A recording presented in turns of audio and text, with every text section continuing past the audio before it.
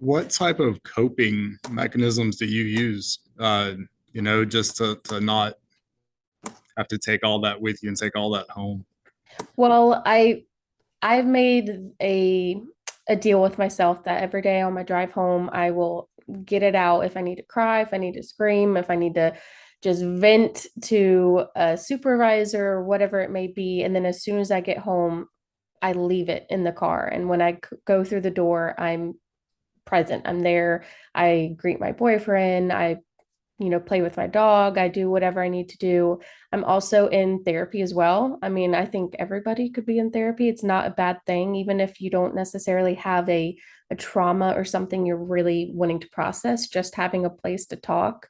And then I also just take weekends off. I used to do the private practice on the weekends too. So I had like no days off.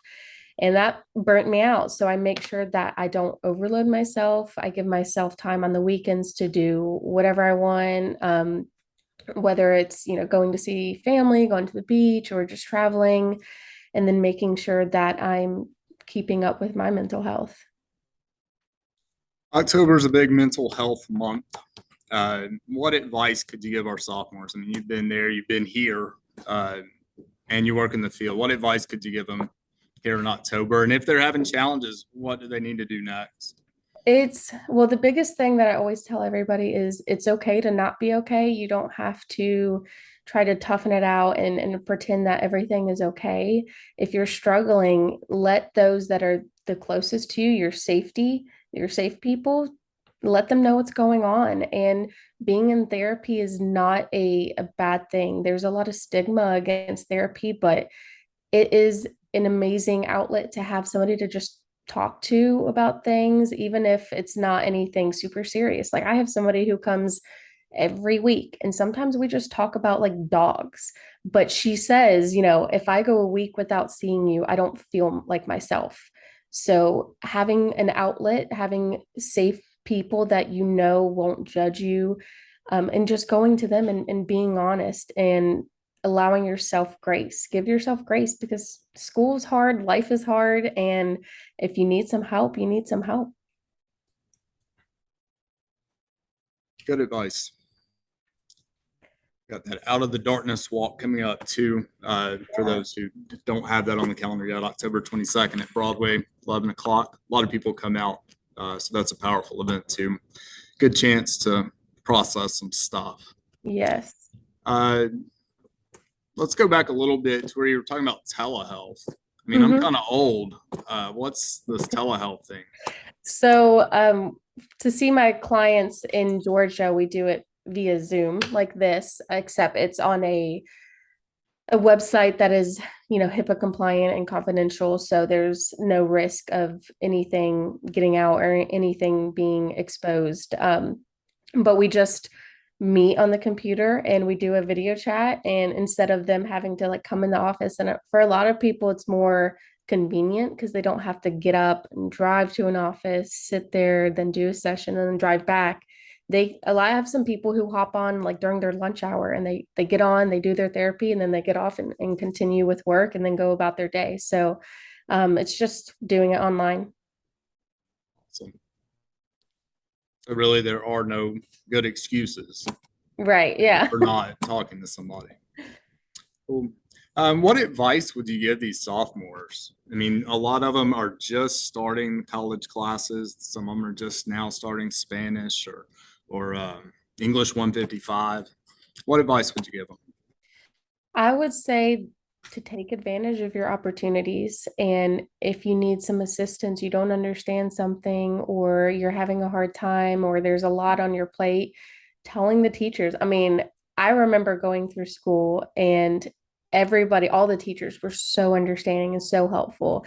And I don't know if you remember, but right before it was the summer before senior year, I was in a car accident and it left my little brother in a coma and special needs. So now he's doing well, but back then I was a wreck, and all the teachers were there. And if you're struggling, letting them know, and they will do what they can to help you through it or to help lessen the load some. But Studying is a big thing. I know everybody says studying, and it's probably cliche to say, but it really is what helped me get through it. Because I mean, in middle school, you could just do homework or do whatever and then go about your day. But when you're in the college classes and those classes are getting harder, it takes a lot more dedication than just regular classes. Good advice. All right, I'm going to open it up to questions from our audience. We'll see what they have. Okay. Can you run through those colleges one more time? They were trying to take notes. I went to well, tech, obviously, started at CCU, finished at University of Nebraska, and then I went to Campbellsville University for my master's. Campbellsville. Try your best. What else?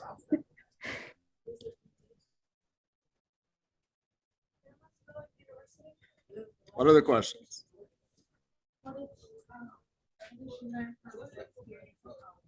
What did you learn from your experience in college?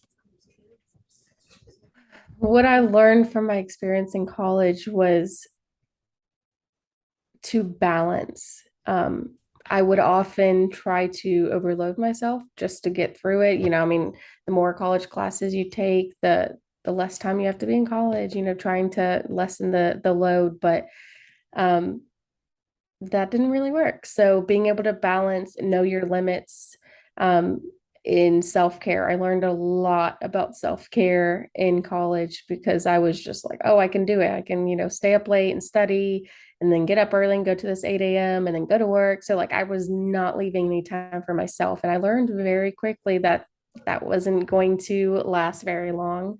So I learned how to balance my time and how to structure and organize my studying. So it wasn't necessarily just kind of sporadic. And then just how to take care of myself. One more question. What made you want to get into counseling? Well, it actually went back to that summer in the car accident. Afterwards, I mean, I was a wreck. Our little brother was in the coma, and we were given that, he has a 10% chance to live. And so I actually got diagnosed with post-traumatic stress disorder from the accident. And I remember feeling like nobody understood and that I was completely alone and I was struggling with processing these feelings and these thoughts. And I remember my mom was like, why don't you just try to go to counseling? And so I did. And having somebody who maybe that didn't necessarily understand exactly the accident, but knew the feelings and the thoughts that came along with the PTSD, it made me realize that I don't want anybody else to feel like they're alone and that nobody understands and that nobody's there, that they don't have that outlet to just vent to and process their feelings. So I knew that if I got help from a therapist at one point in time, that I was capable of helping other people and that I could give them that outlet. So I really learned from my experience in therapy. And I liked the fact that I had somebody that was there for me genuinely and was invested in my healing. And I wanted to do that for others. Awesome. You're doing big time stuff, helping a lot of people. I try. Definitely need to get you back to early college sometime. Come check Yes, it I would out. love to. It's changed a lot. All right, everybody good? Well, we appreciate your time. Thank you for joining us today. Of course. Thanks. You're welcome. Take care of yourself. You too. Bye. Bye.